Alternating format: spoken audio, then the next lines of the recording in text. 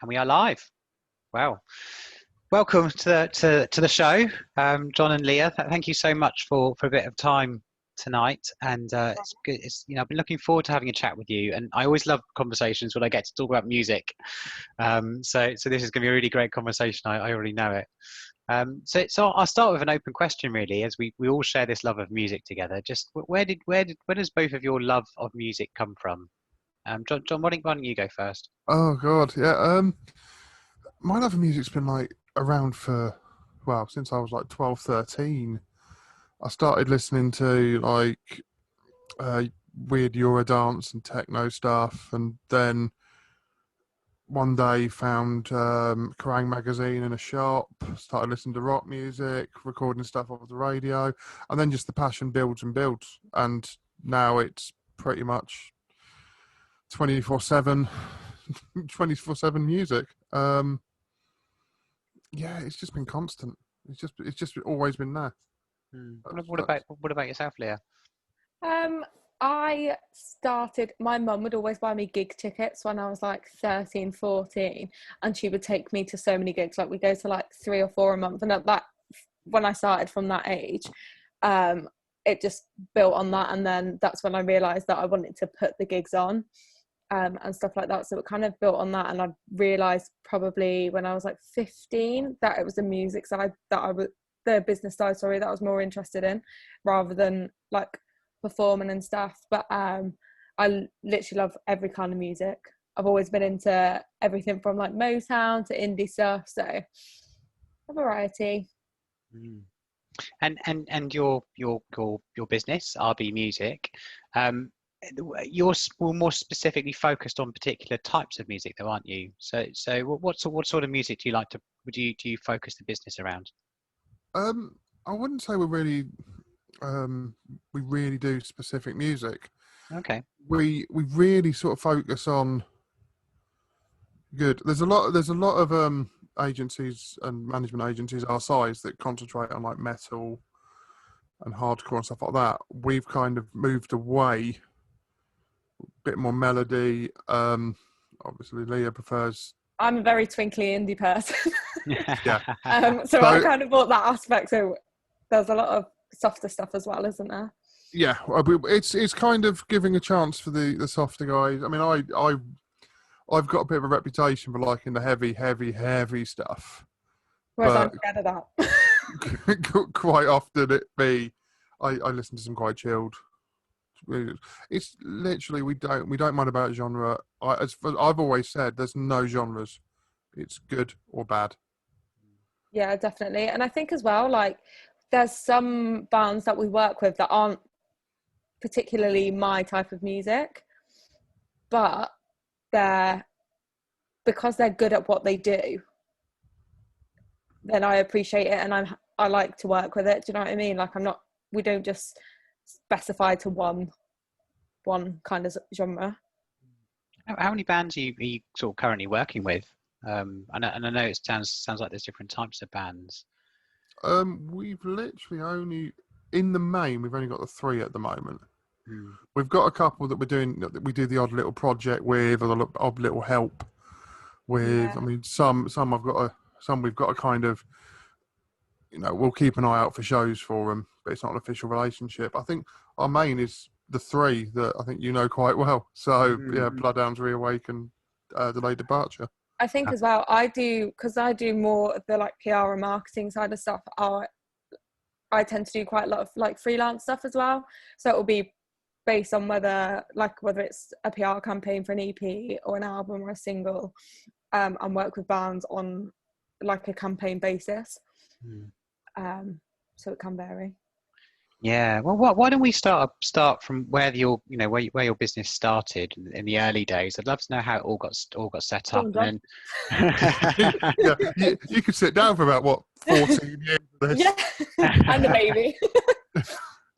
So we started. I can never remember which came first. I'd started sort of appearing around the local music scene, doing a little bit of DJing and stuff like that. Helping out, just doing little bits and learning the trade. And then someone randomly said to me, "Do you want to put on a show?"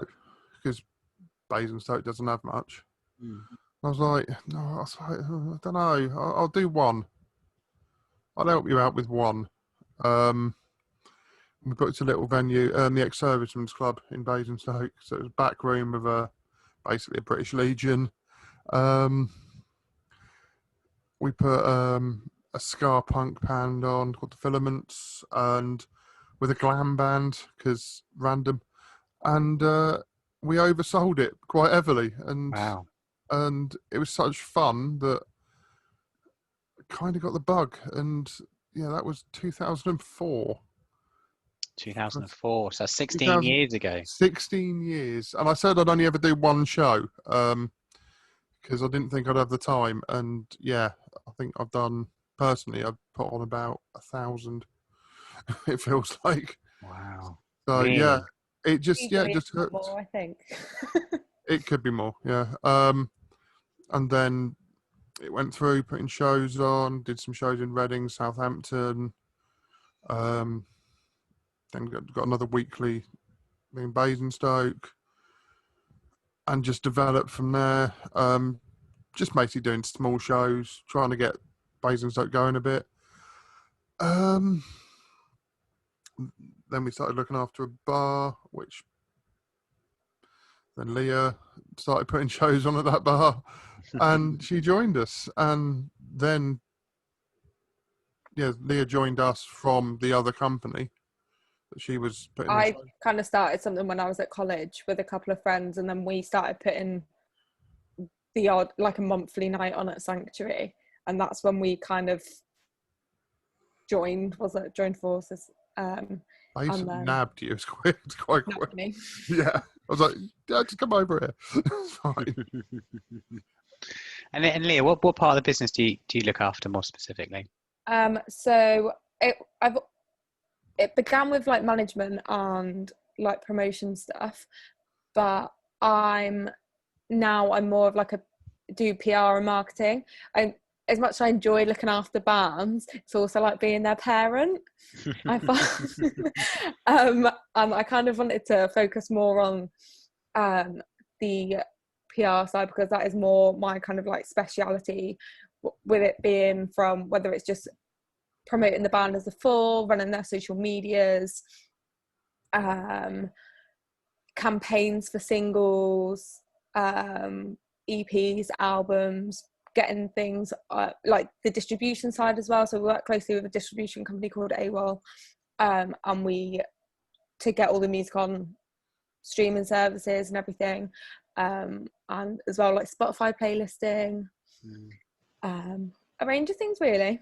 There's a lot to do, and of course some of the bands, some of the listeners will know that we've had some great conversations already with Bloodhounds. I think we had a chat with them initially, and so were you involved with them releasing Imminent Funk? I mean, I love that track. I mentioned them a bunch of times. So have you been? What was the journey there? Because of course it had a brilliant video. It's been well publicised. Great song, getting a lot of people hearing about it. That was before my relationship with Bloodhounds anyway. I don't know, were they with us then? I think they joined us just after. Just after. Yeah. I've known the guys from Bloodhounds for absolutely years. When they were back in their previous band, didn't they? Yeah, I think probably used to be in. I think it was Caesar's Way. Caesar's Way. Yeah, they were a couple of years above me at school, so that's how I knew them. Which were one of the only, which were a fun band actually. But we kind of kept in touch, and one day they went, "Look, we need management. Fancy it?" And that's about as official as it got. I think we didn't really. We're not contracty people, are we? We're very much like. Yeah, no, we always work by like feel. We don't want to lock people into like either contracts or anything. We just like, yeah, cool, we'll work with you. Wow, because that's an interesting point, because I was going to ask you, when you're looking to take on and manage a band, what's the criteria, and because no doubt there's probably a lot of bands out there today that would really love to be managed by you.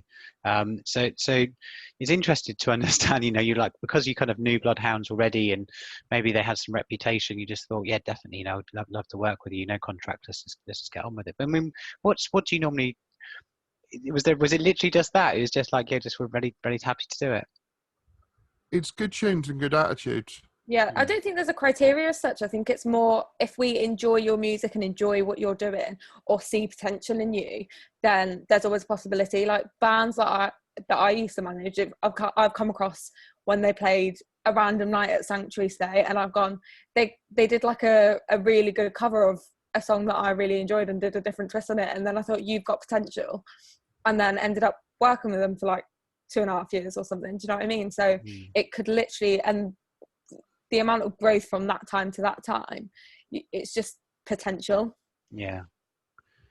What do you actually look for? So if a new band was kind of out there and you were looking to take someone on, what would you be looking for? So it's almost like a message really to bands out there who are looking to get managed by an established sort of management company like yourself. What is it?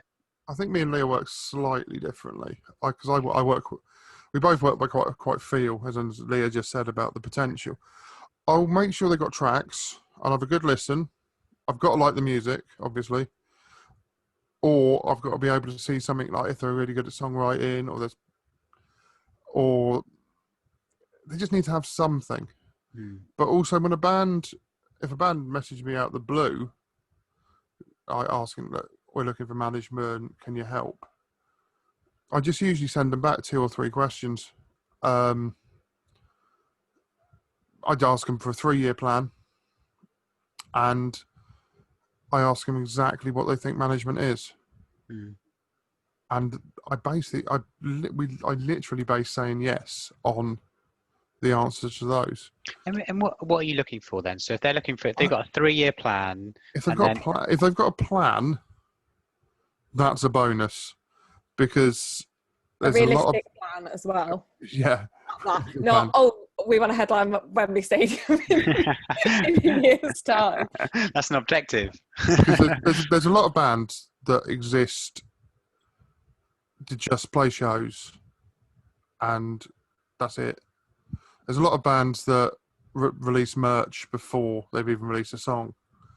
So there's a lot of bands that just don't want a plan. They just don't have a plan, and they're the bands that will just fizzle away.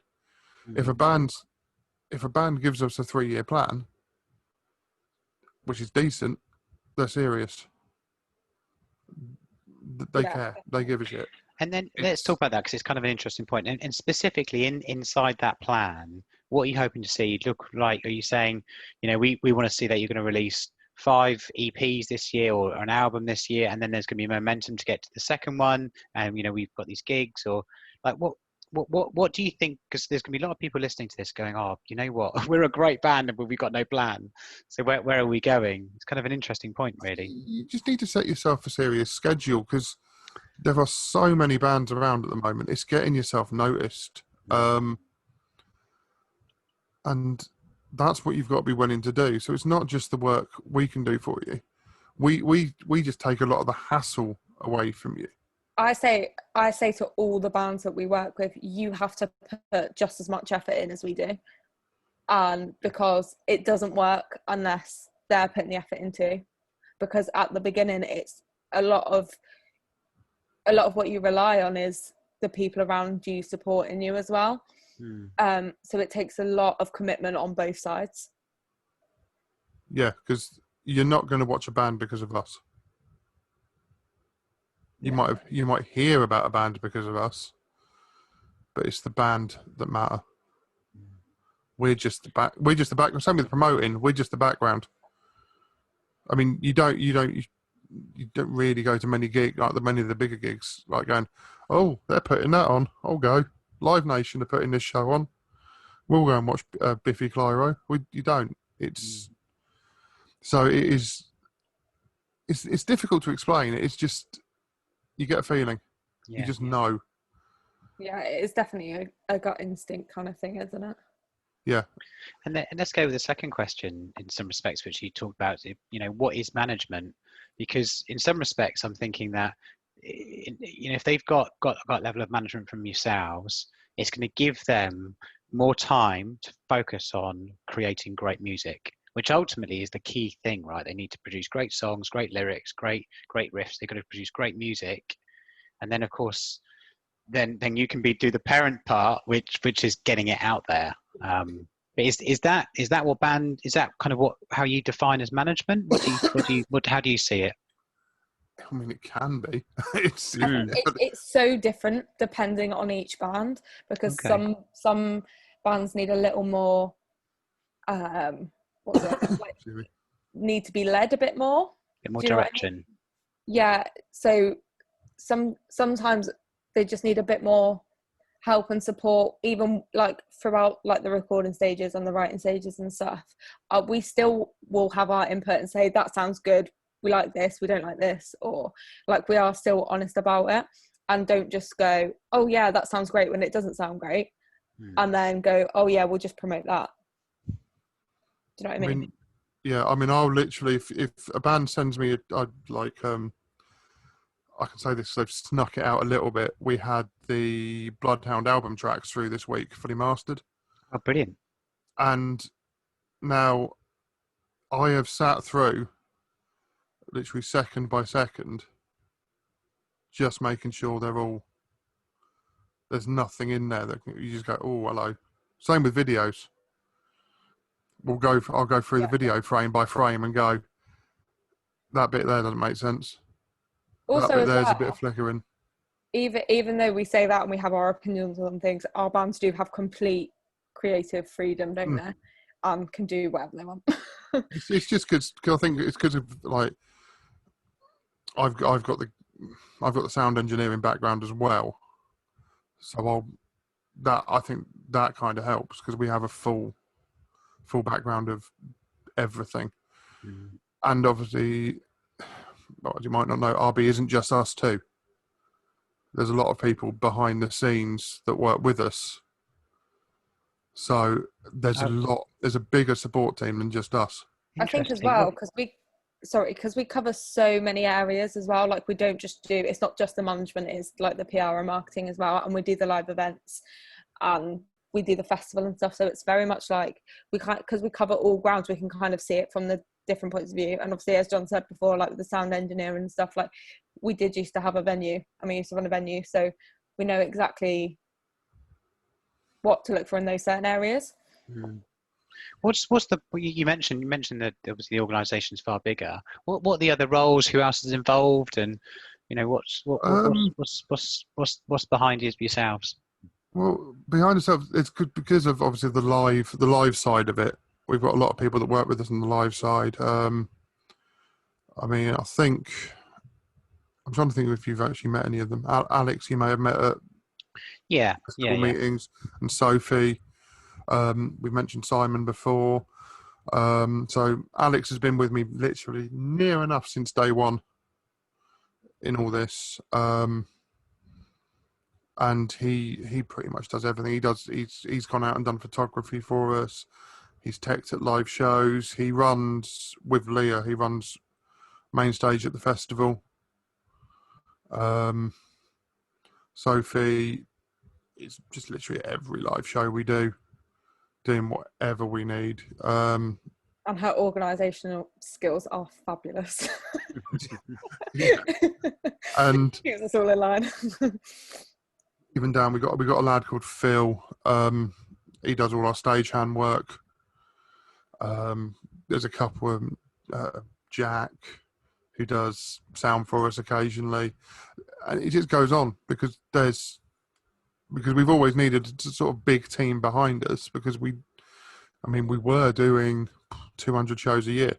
So that's such a massive number. I mean, there's 365 days in the year, and you're doing dues on 200 shows a year. We did. Well, that was 1 year at the bar. We did 200 shows, I think. Oh, wow!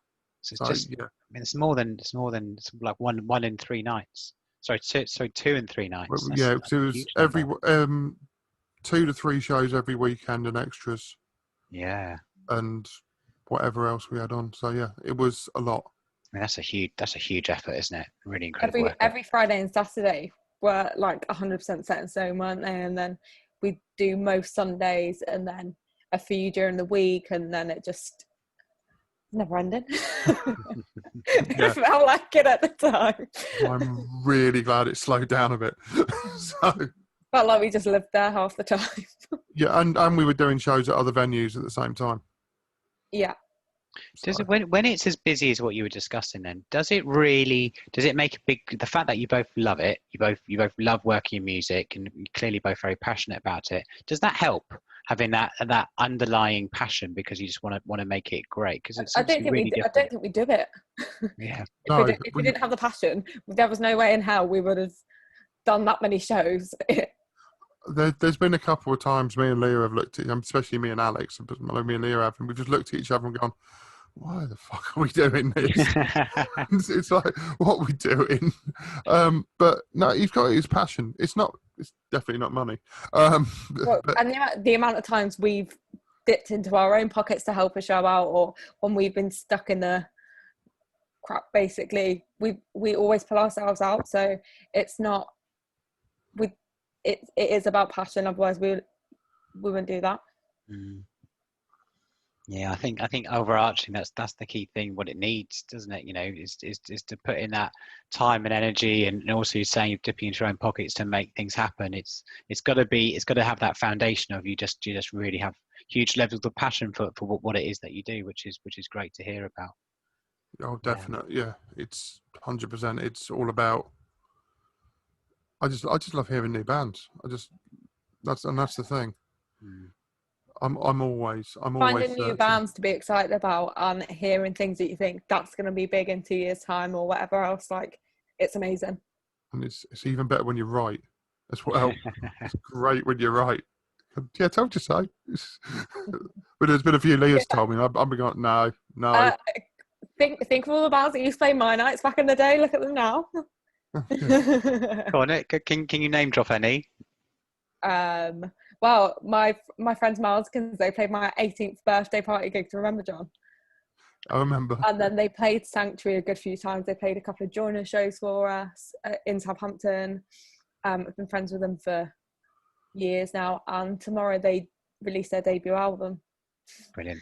So comes back round, and it's so nice to see them now doing that, and watching them grow. Yeah, let's talk about some of the bands that you do manage. So we mentioned Bloodhounds earlier. So I think they're mastering. You say they're mastering the album, because I know we talked about it last time. The album's ready. Is it? That's exciting, the album isn't it? is ready. Plans are in the making. Yes. So yeah, we're just working on release schedule, finishing off the videos, the singles, and I think the artwork's even nearly ready. God, the videos are great. Those boys have a lot of fun in their videos.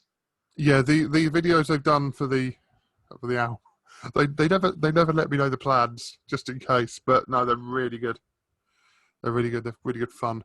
Not quite so running around a field with Adam dressed as a princess, but levels as in Imminent Funk. But yeah, I'm looking forward to getting that out there so people can really hear that. I think Exciting. it's gonna be, And what's the latest with Delayed Departure? They've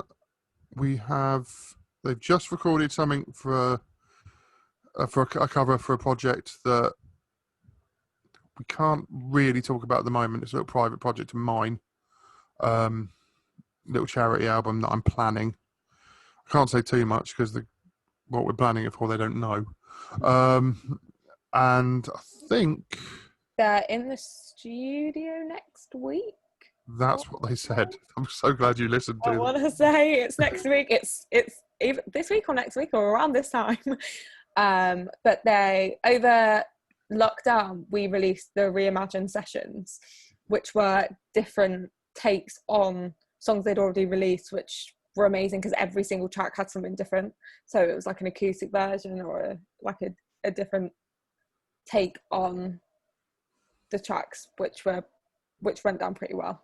Yeah, it's good. And I was really happy with the turnout. So yeah, the new single. They just released the Rockstar cover as well. Yeah. So they've been really busy during lockdown. It's been non-stop really with them, hasn't it? Yeah. Which is good. It's interesting, isn't it, by the way, how different artists have reacted with COVID. because some people have gone, this is impossible to work. Other people I've seen it really accelerate because they've been like, right, we're going to really get our heads down. And it's really interesting just to see the reaction. How different, or different bands, different DJs, different musicians have all reacted in this time. There's been some amazing stuff coming out. Absolutely amazing. I mean, if you think about, I know for the Be Love Played, Shlomo did that weekly series for the kids. Oh, he was brilliant. Yeah, beatboxing and stuff. That was great. So many bands doing like the covers, but everyone's playing their own thing on the screen. Do you know what I mean? Like, I don't know if you saw any of like Blossom's covers. Like, they absolutely smashed their lockdown sessions. But like things like that, and it's just good to making sure that they're still being seen, because you can so easily just disappear, and it sounds really harsh, and it's horrible if you went into lockdown with no material to release or any plans or anything to keep you going, because it's such a long period of time that you can't record or play live, and festival season being cancelled and things like that. I think it's been hard to keep content flowing and things like that, so it's been great for the bands that have been able to do it and have the resources to do these lockdown sessions and things like that. What's the impact of COVID been for your organisation? I don't know, because we've still had delayed departure releases. And with Bloodhounds, we knew that this was the time that the album was being recorded and everything anyway, so I don't think it's had too much of an impact on our bands. No, we've had a bit. I think it's been okay. We've had a bit of PR work coming. Yeah, I've had a few bits of freelance work that I've been doing. A couple of campaigns. Been working with a band called Adalia. Okay. Did some stuff for them.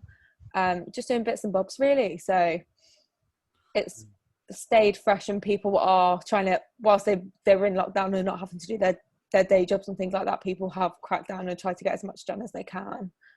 Yeah, and we're kind of prepping for. It's not a relaunch as such. A bit of a rebrand, kind of, isn't it? A little bit of a twist around website, everything. Actually, getting ourselves looking professional for once, which okay,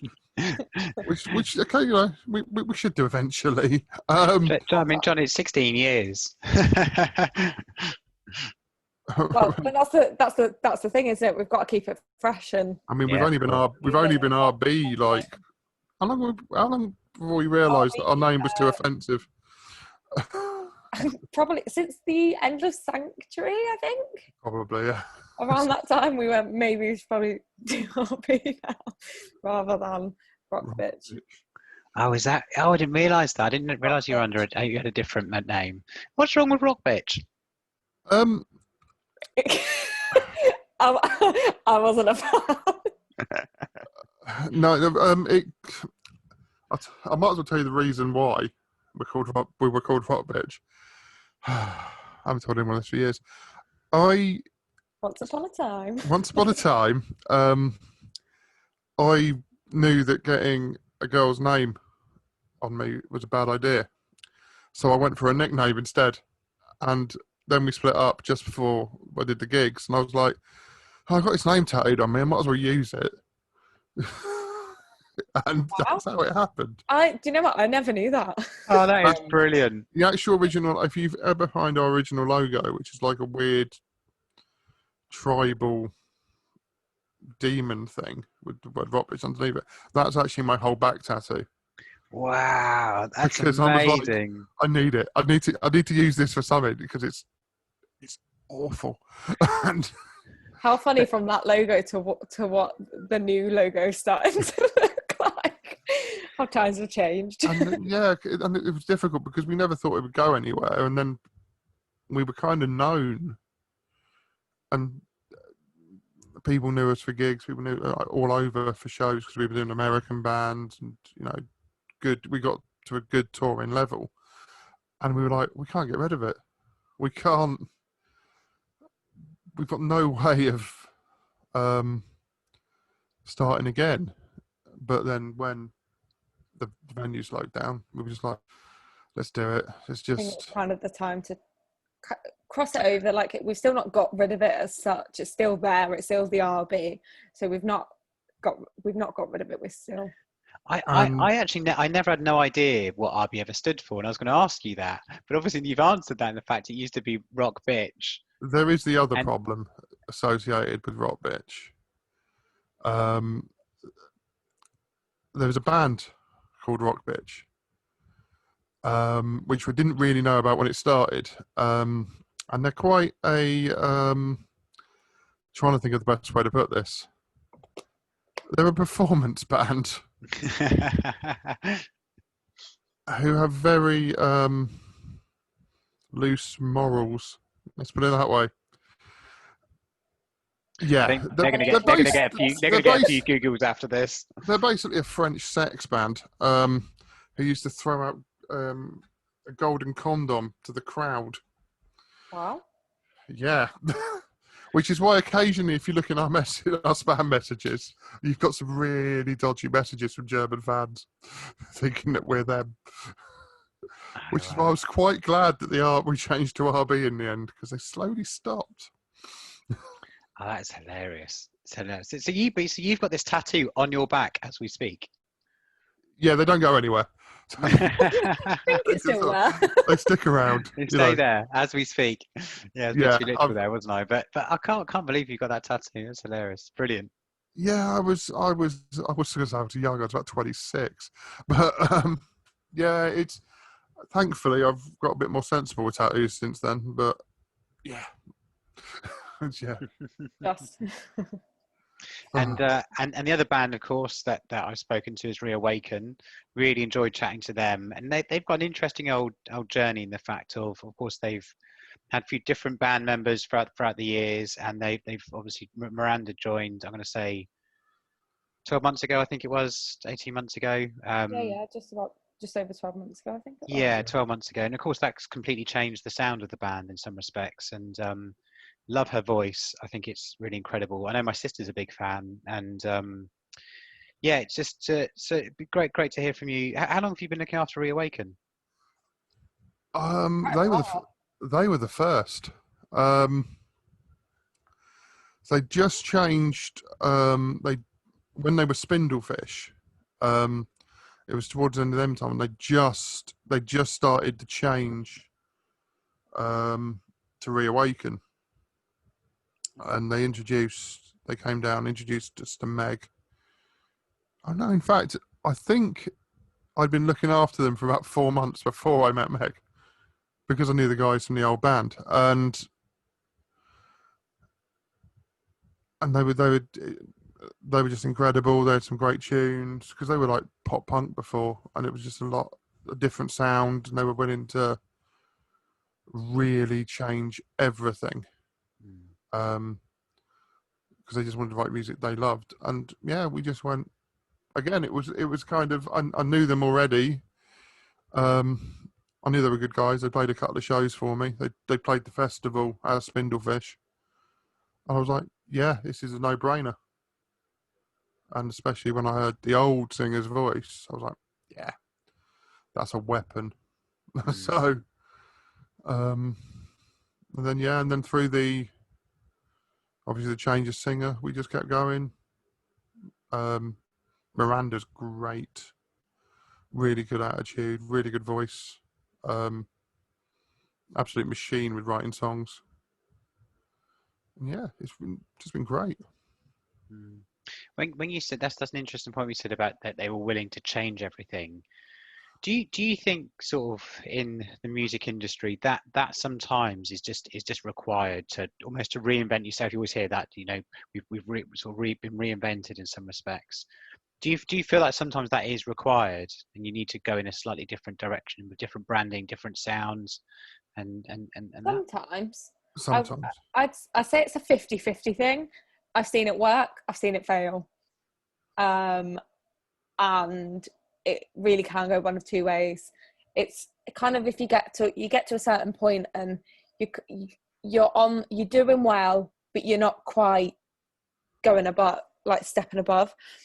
And then you can either change your name, change your logo, change this, that and the other, change your branding, and then go bam, and people go, oh, who's this band?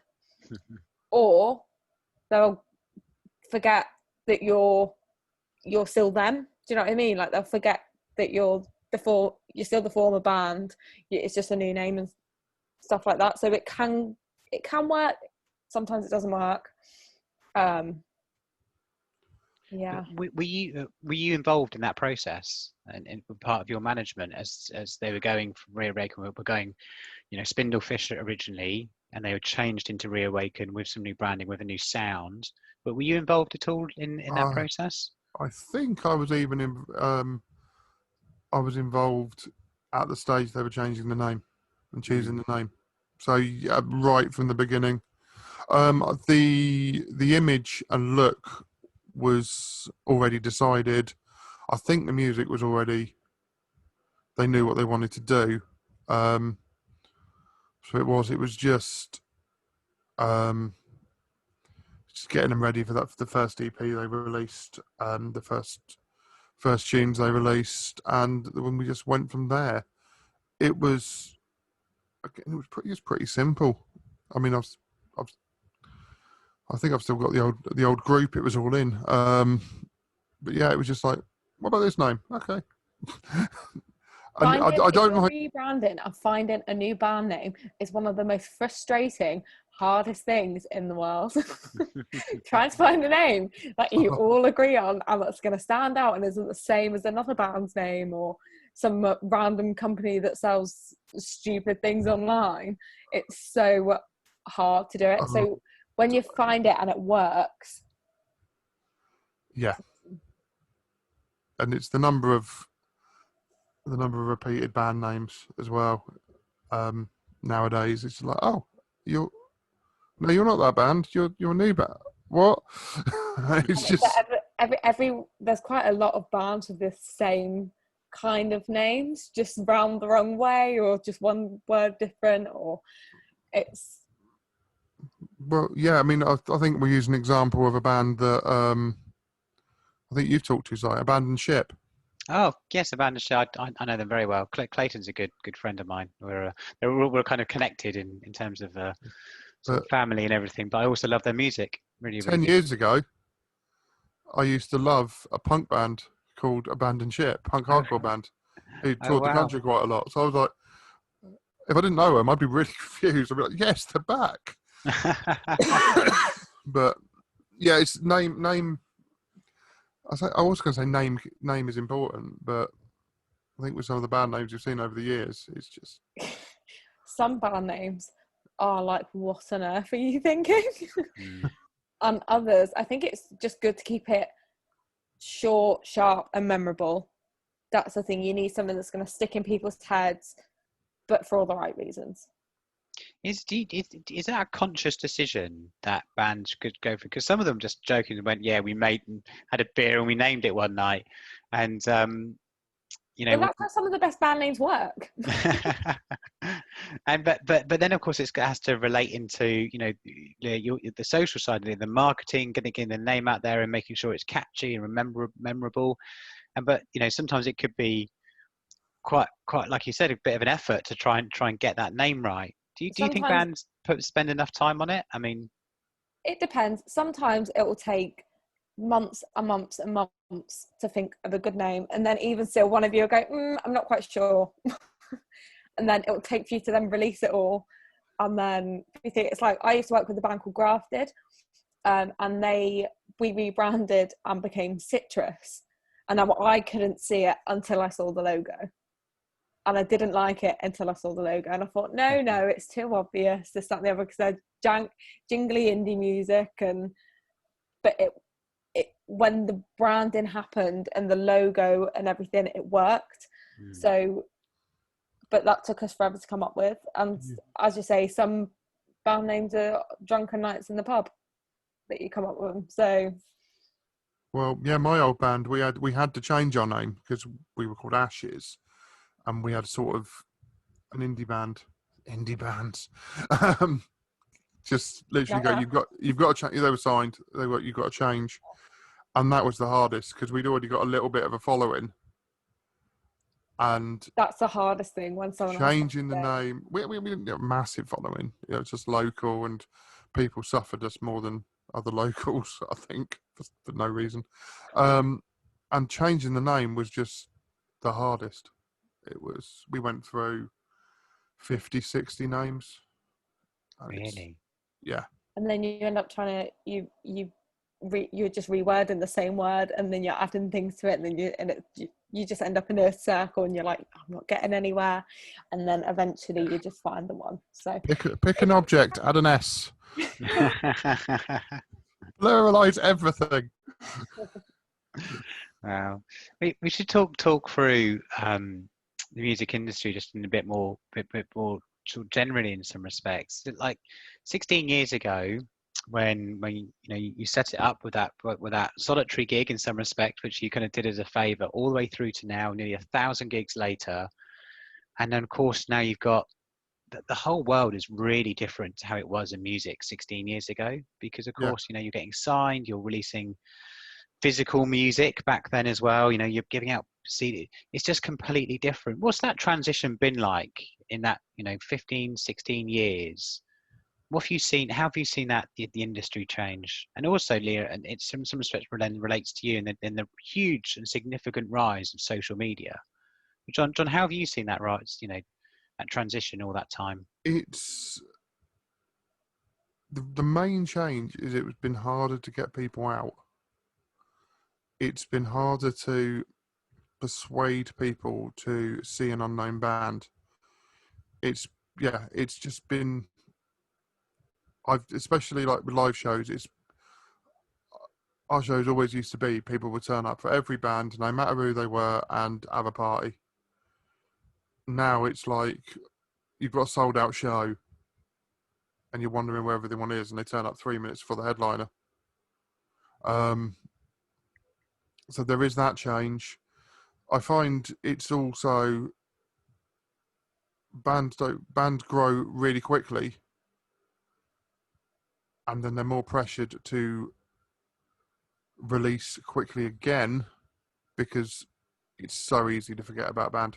The last few years that's happened so many times, and like Catfish and the Bottlemen and Blossoms, they've gone from being a tiny little band playing venues like ours, places like Joiners and the Boiler Room in Guildford, things like that, to then a jump to playing like the O2 academies, and then jumping again straight to arenas. And then when you're at that point, where'd you go when you've done all that in 18 months? Well, why do you think some bands end up, if you're looking at a graph, suddenly just shooting up like that? It just suddenly takes off. Is it a popular song, or something released on a, getting discovered in some respect, getting released on radio? Is it what is it that suddenly makes someone take off like that? It's just songs grabbing people. The bands that do have that, and it is more are bands that have got good tunes that appeal to a lot of people. It's difficult to. It's just catching that. It's just catching that essence in a bottle, really. That's what we need to do. And it's bands just. A lot of bands they've shot up is like bands that have had top 10s this year, and I hadn't heard of them the week before. I think mentioned to Leah Sports Team. So, I'd never really heard of them, probably because I ignored Leah. Well, Manatee, one of my first bands that I managed, I think they're the second band I ever managed, and it was just as we were teaming up and I was doing the gigs at Sanctuary and stuff. They played at the Purple Turtle for BBC Introducing in Reading, and they were headlining, and Sports Team opened for them.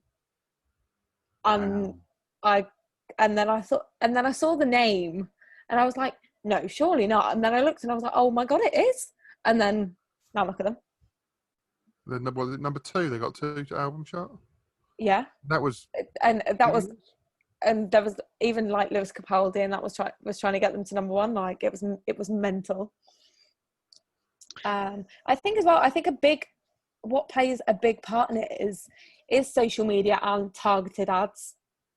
You'll find a lot of I don't know if you remember when High Time there, I don't think they're any longer, but with the Hunter and Coasts, and they absolutely bombarded everyone's social media.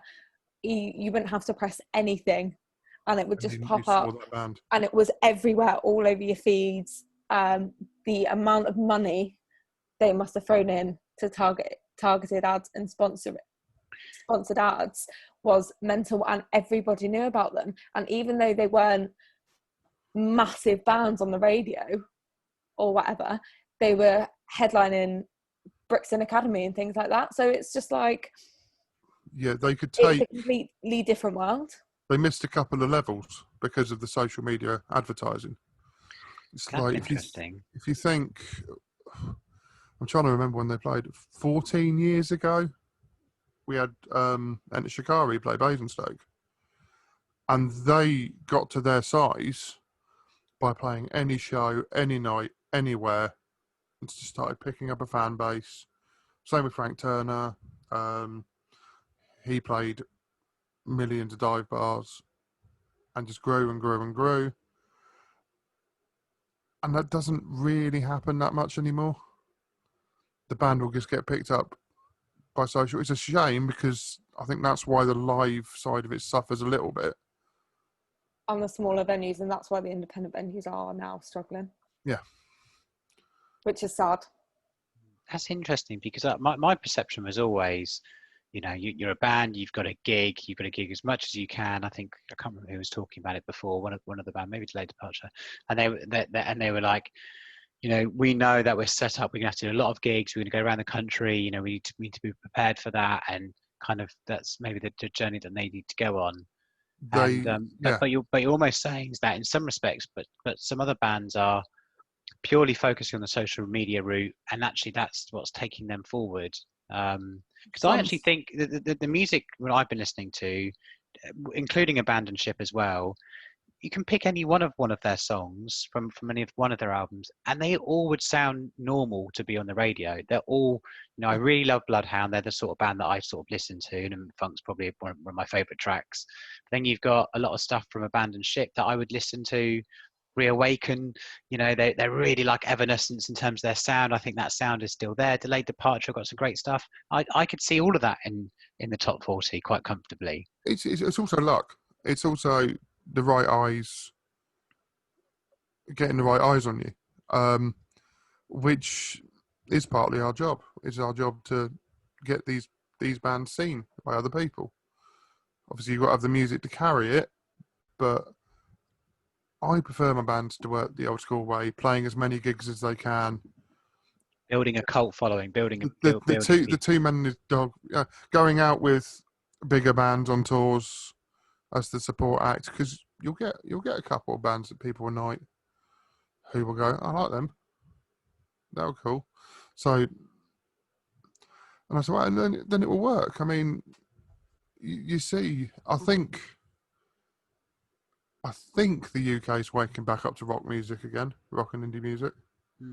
It was struggling for a little while, but especially like from my side, the heavier stuff. And just I just hope it could keep growing. I'm just hoping that once all this lockdown, COVID, people are going to feel that they finally got freedom to do what they want, and I hope that they're going to use that and take it to go to gigs and go and see more live music, because I've seen, you can see it with the restaurants and that now, and they're full all the time because of people.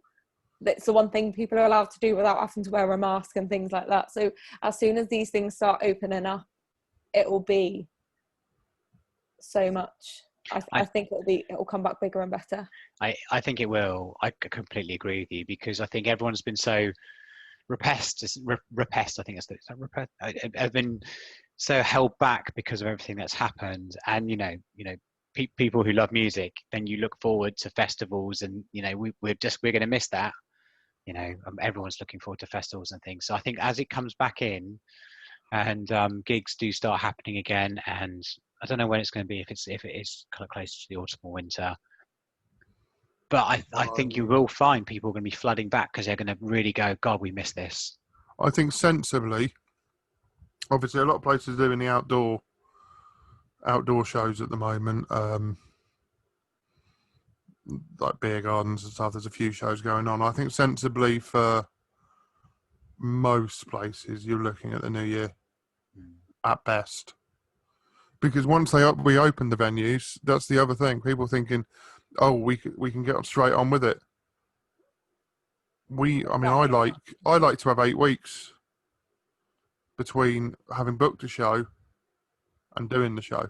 Yeah. So every day we're talking about a series of Reawaken shows in Southampton to sort of like Reawaken presents. And just getting a load of friends from around the country to come down. Reawaken. Oh, Dad, that's what you do marketing. Oh, that is, to me, man. Wow. I mean, that is top quality. It's like, that's got to be on hold because we just don't know when we can start it.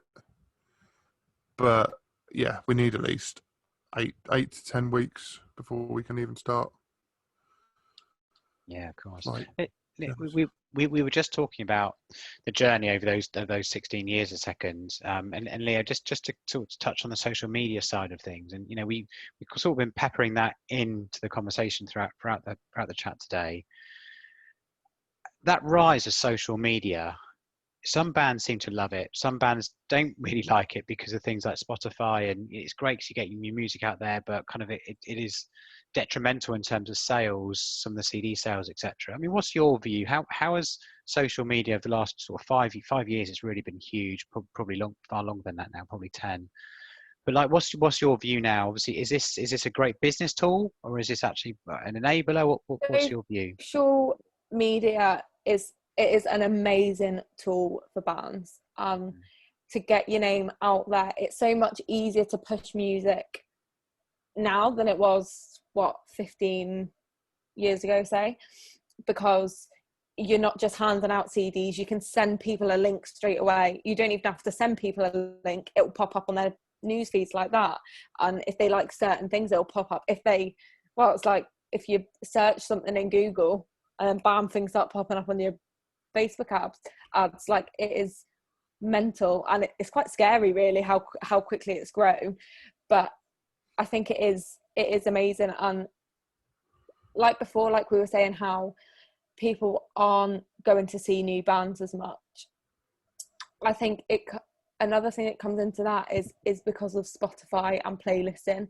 and people will find new bands through their discovery playlists and things that are they're all built and curated to that individual through algorithms and things like that. So, and it's now more important to get on Spotify playlists than it is to get a radio play.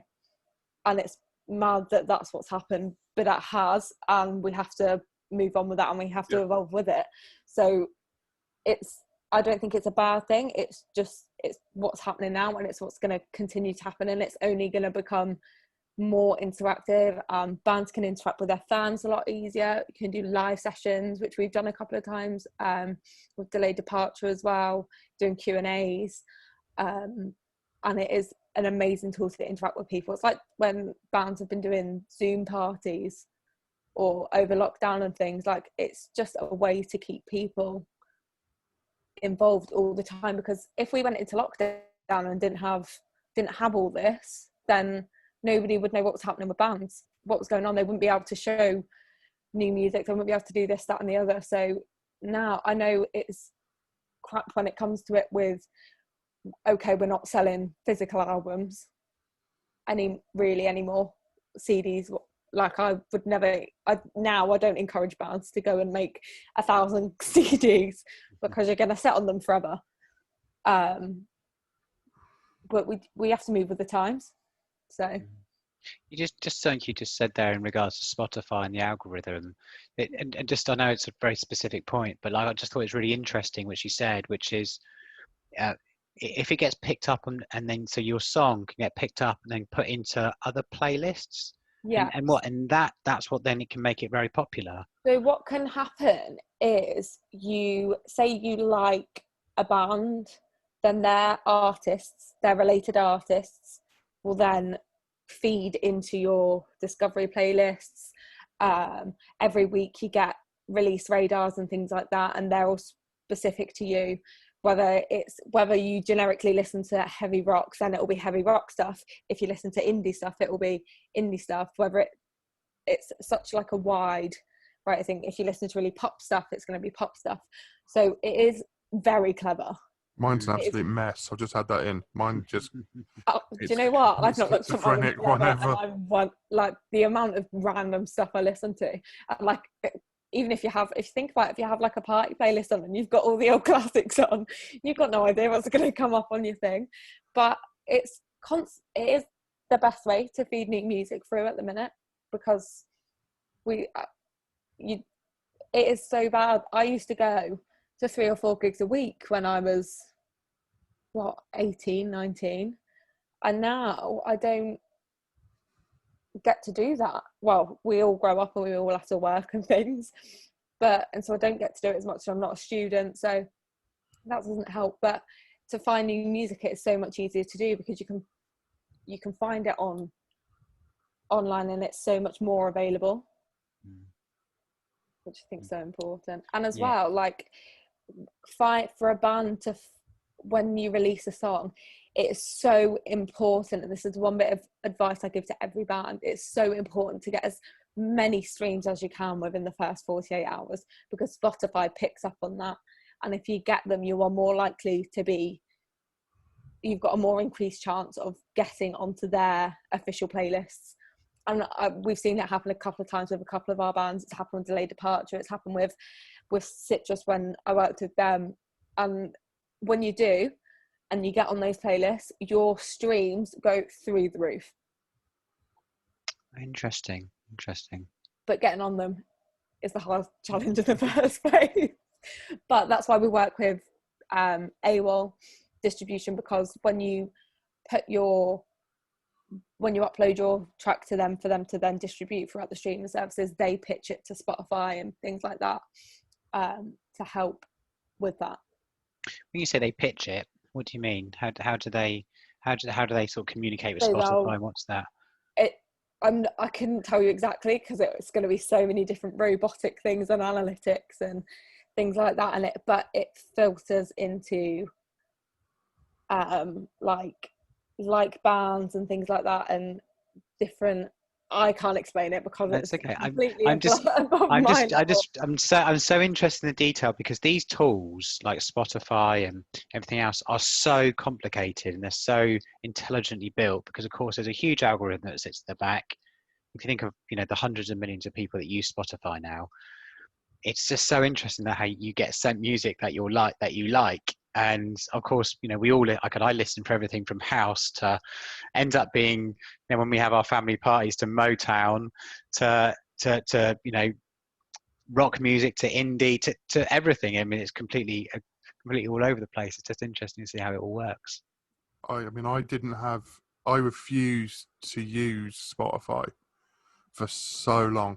I kind of had it more than a year, because I was still physical media all the way.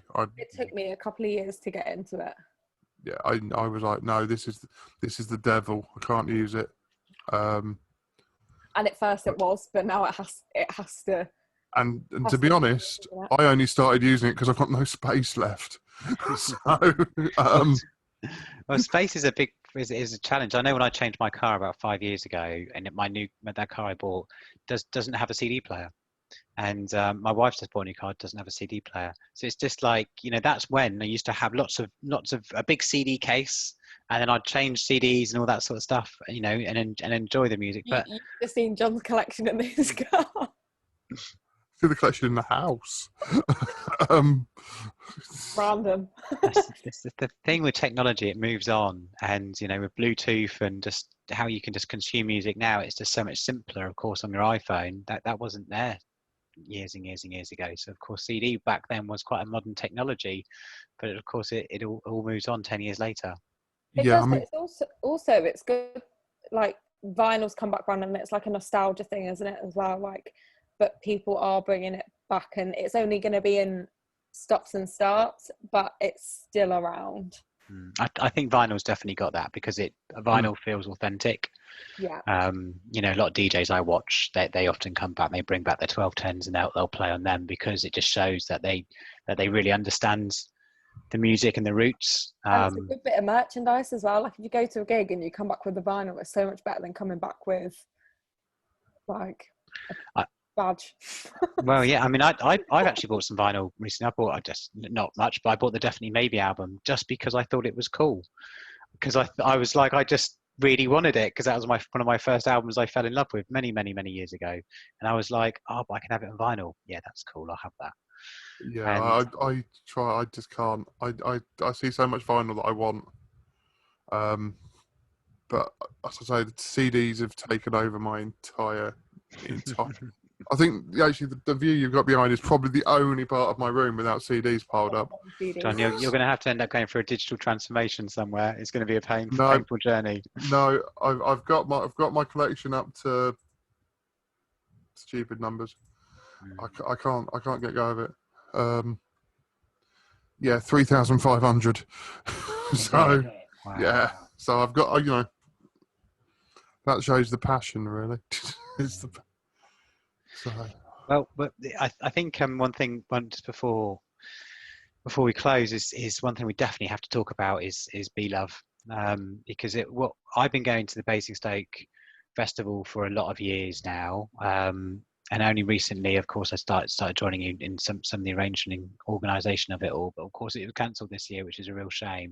But of course, John, you've been involved for a lot of years. I don't know how many years, but of course, when it's Basingstoke Live, you were involved with putting bands on there as well, weren't you? Yes.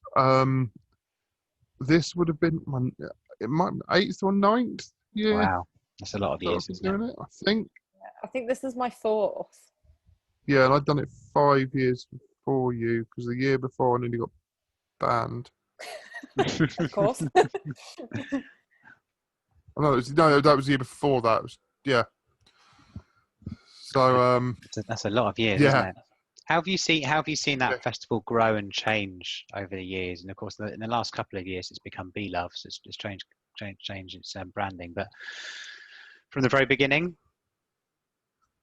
yeah, because I think I've been to all of them, in one way or another. So I just like the way it's growing.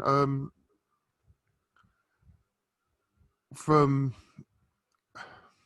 just got to try and word this, because this is obviously the most political over the years. The amount of crap I've had over, still, obviously the change from Basingstoke Live to Be Love caused so much consternation.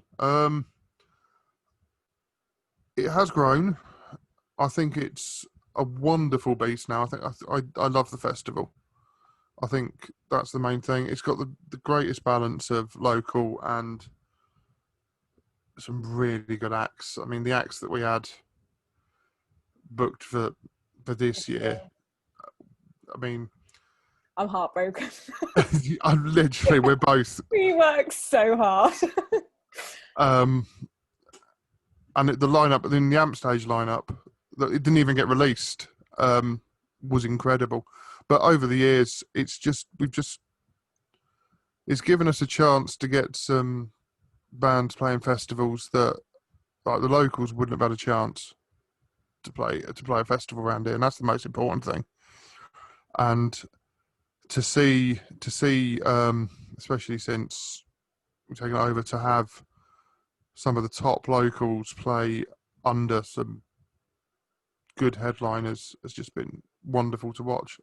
And in the years where we've managed, like on the Amp Stage, to have a local headliner pack out the stage, because that doesn't happen often. That's not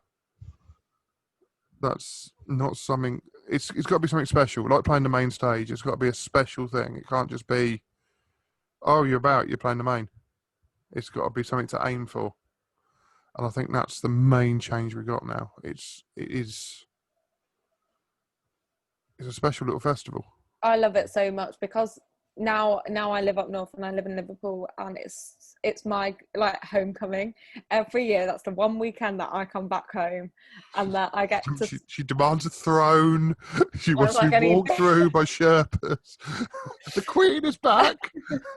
So it's so nice, and it's it's your friends and your family, and everyone's there, and all the bands that are playing, and the bands that we used to work with at Sanctuary and that we still work with now, and that we get to see them grow each year and go from the smaller stages to the main stage, and seeing them bring bigger crowds and get better as performers. And the festival's just grown each year, and it's grown into something really nice.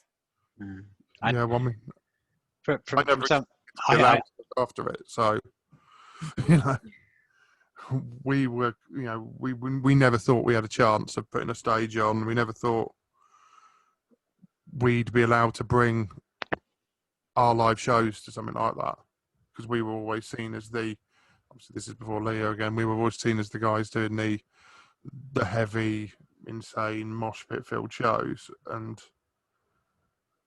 we were never sort of as safe for a festival like that. But I think now people have realised we can do what we do. We do the mix, and I think it works really well. And as I say, I was nearly banned from the festival, and for going crazy. And then I played the year after. The same security guard was like, "You got to behave." And then the year after that, he walked up to me when I was walking backstage, stopped me, and went, "What are you doing?" I said, "This is my stage this year." His head just dropped and went, "I'm getting extra security on." Yeah, it's just great. I love it. I mean, we'd love to do more festival stuff. I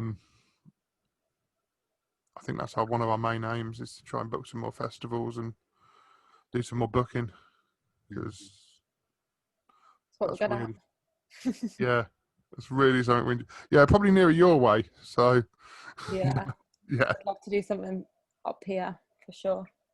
And bring some bands up as well. Like bring some of our bands up north.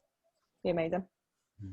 That's a nice segue to talk about the future in some respects. So you mentioned you'd love to be doing more festivals. What does the future hold for? I was going to say rock bitch music. They won't call it that. Let's call it R&B. RB music. RB music. RB music. RB music group. RB music group. RB music group. That's more professional than rock bitch, but I still like that. Yeah. What's the future? We just want to. I think we're at the stage where we've settled, because I've had a few years of slowing down a bit after the bar and everything, and I wasn't well for a while. Leah's obviously moved up north, so we've had a bit of a bit of time of transition. We're looking after the few bands, but I think we just want to step it up now. Yeah, definitely. I think now I'm fully settled up here. I do definitely want to branch into us doing more stuff up here. Like we've done a few bits last year. I haven't done anything major here, so it would be amazing to try and boost our popularity up here. For sure. Our popularity above the Watford gap, because it might even get me coming up north. I mean, that's a miracle in itself. Yeah, just get some tours out. I'd love to go and do some more tour management. I've done a little bit of it with the bands. Definitely. Bit of touring engineer work. Just working with different bands as well. Like we always want to meet new bands, work with new people, work with different genres. Like I'd love to work with something completely different, and just cover more ground. And I think as well, we're breaking in and doing RB music group and differentiating our services and stuff. I think it's going to really help. The new look's going to Yeah, I mean, I'd like to surprise people with what we take on. 'Cause, Definitely. yeah, I mean, I've got a background in hip hop, so I'd really like to get that side of it going.